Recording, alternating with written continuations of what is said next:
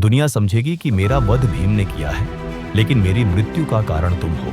कुरुक्षेत्र की रणभूमि पर जीवन और मृत्यु के बीच जूझते हुए दुर्योधन के मुख से निकले यह आखिरी शब्द थे, मैंने पांडवों का अंत कर दिया। यह सुनकर 2 पलों के लिए दुर्योधन बड़ा खुश हुआ था। जो काम 100 कौरव नहीं कर पाए, वह एक अकेला योद्धा कैसे कर सकता है। लेकिन जब उसे सच्चाई पता चली, तब उसकी उत्सुकता गुस्से और घिन में बदल गई। उसकी आंखों में डर और निराशा के आंसू आ गए। ओ मूर्ख, ये कैसा अनर्थ कर दिया तूने। ये पांडव नहीं है। उस क्षण में वो योद्धा महाभारत का सबसे क्रूर और पापी योद्धा बन चुका था। वह योद्धा जो रुद्र का रूप था, जो पांडव सेना को अकेले ही पराजित कर सकता था। उसे स्वयं श्री कृष्ण ने एक श्राप दिया, जिसकी कहानी युगों युगों से सुनाई जा रही है। वह कहानी उस योद्धा की जो सर पर मणि धारण किए जन्मा, गुरु द्रोण का पुत्र, स्वयं भगवान शिव का अंश अश्वत्थामा, जो शायद आज 5000 साल बाद भी हमारे बीच कहीं जिंदा है। 1192 मोहम्मद गौरी से पहली जंग के बाद जब महान योद्धा पृथ्वीराज चौहान जंगल में थे, तो उन्हें एक अजीब आदमी देखा। 12 फुट लंबा हट्टा कट्टा आदमी, जिससे एक अजीब सी बू आ रही थी। उसका पूरा शरीर रोगी नजर आ रहा था और उसके सर पर एक गहरा निशान था, जैसे किसी ने उसके सर में हाथ डालकर उसका दिमाग ही निकाल लिया हो। 12वीं शताब्दी में लिखी किताब पृथ्वीराज रासो के अनुसार पृथ्वीराज चौहान एक बहुत ज्ञानी चिकित्सक थे। उन्होंने उस आदमी से कहा कि वह उनका घाव ठीक कर सकते हैं, लेकिन 1 हफ्ता इलाज करने के बाद भी वह घाव बिल्कुल भी नहीं भर रहा था। उत्सुक होकर महाराज पृथ्वीराज ने उनसे पूछा, आप अश्वत्थामा तो नहीं? उस आदमी ने बहुत हल्की आवाज में हामी भरी और वहां से चला गया। लेकिन पृथ्वीराज कैसे जानते थे कि वह आदमी अश्वत्थामा है? इसका जवाब छुपा है उनके सर के उस घाव में और महाभारत में छुपी उनकी कहानी में। शुरू से शुरू करते हैं। मुझे एक ऐसा पुत्र प्रदान कीजिए भगवान, जिसमें आप सा तेज हो, जो आपकी तरह शक्तिशाली हो, जो आप ही का अंश हो। कई सालों तक महादेव की तपस्या करने के बाद जब महागुरु द्रोणाचार्य को उनके दर्शन प्राप्त हुए, तब उन्होंने भगवान शिव से यह वरदान मांगा। जल्द ही गुरु द्रोणाचार्य और उनकी पत्नी को एक पुत्र की प्राप्ति हुई। लेकिन यह एक ऐसा अद्भुत प्रसंग था जिससे धरती, आसमान, समस्त संसार सबने महसूस किया। वह बच्चा जन्म के बाद रोया नहीं, लेकिन उसने एक घोड़े के समान हिनहिनाना की ऐसी जोरदार आवाज निकाली कि सारी धरती, सारा आसमान उसकी आवाज से गरज उठा। इसी गरजने से उसका नाम पड़ा, अश्व की तरह गरजने वाला, अश्वत्थामा। शिव पुराण के अनुसार अश्वत्थामा स्वयं भगवान शिव के रूप हैं, इसलिए उनके सर पर वह मणि है, जिसे भगवान शिव की तीसरी आंख की तरह देखा जाता है। उस मणि के कारण ही अश्वत्थामा को वरदान मिला था कि कोई भी अस्त्र शस्त्र, कोई बीमारी, भूख प्यास, कुछ भी ऐसा नहीं है जो अश्वत्थामा को मार पाए। उन्हें अमृता का वरदान प्राप्त था। गुरु द्रोण समझ चुके थे कि उनका पुत्र एक शक्तिशाली योद्धा बनेगा।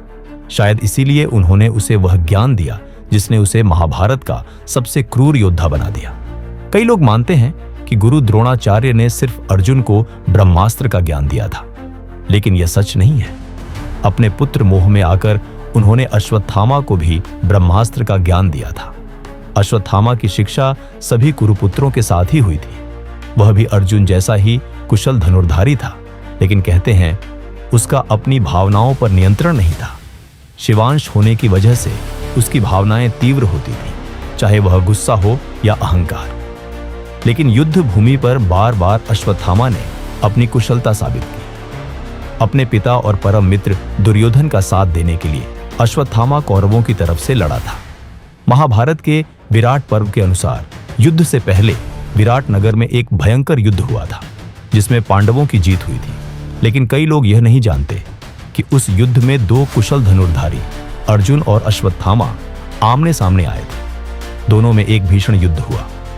अर्जुन की तरह ही अश्वत्थामा भी अपने सारे तीरों को एक ही सीधी लकीर में चला सकता था, लेकिन आखिर में अश्वत्थामा के तीर समाप्त हो गए और उसे पीछे हटना पड़ा।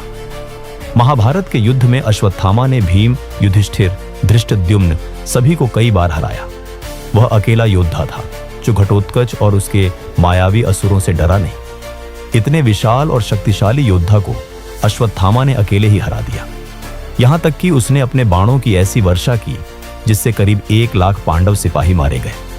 अपने पुत्र अभिमन्यु की मौत का बदला लेने के लिए जब अर्जुन ने जयद्रथ को मारने का प्रण लिया था, तब अश्वत्थामा ने अर्जुन को रोक के रखा और जयद्रथ को बचाया। यहां तक कि जब अर्जुन और कर्ण का युद्ध हुआ था, और अर्जुन उसे पराजित करने वाले थे, तब अश्वत्थामा ने ही उसे बचाया था।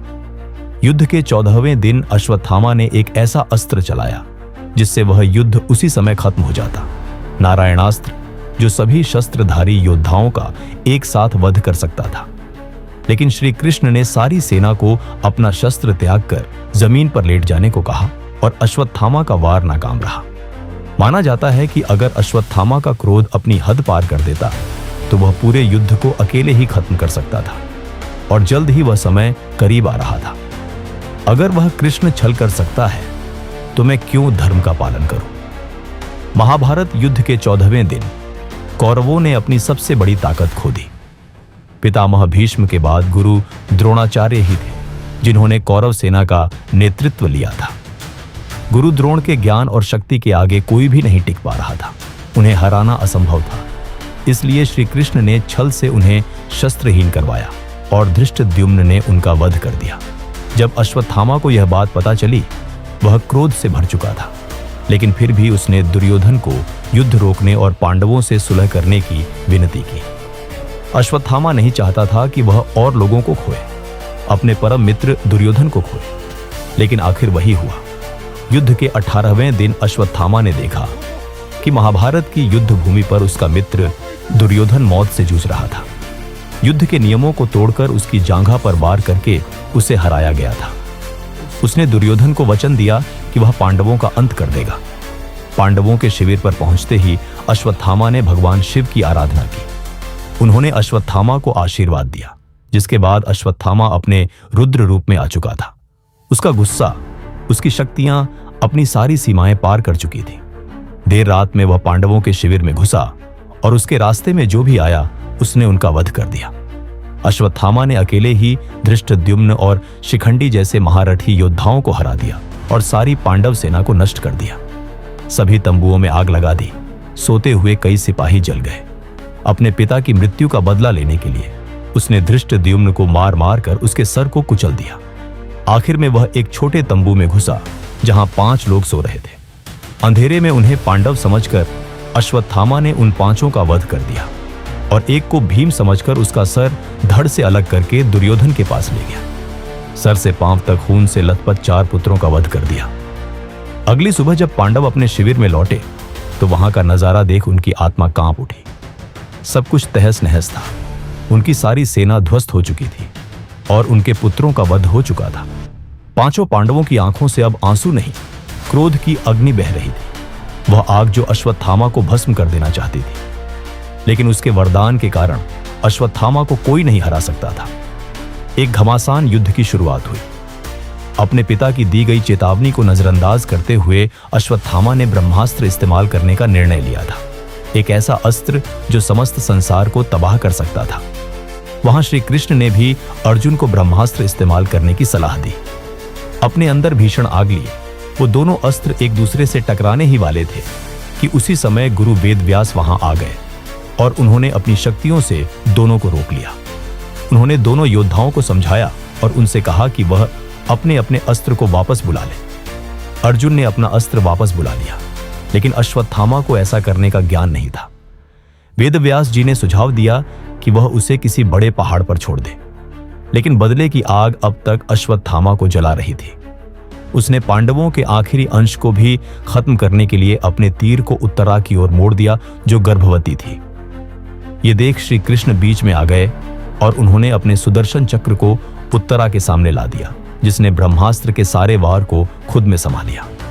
ऐसी क्रूरता ने श्री कृष्ण के अंदर ऐसा क्रोध जगाया जो आज तक किसी ने नहीं देखा था।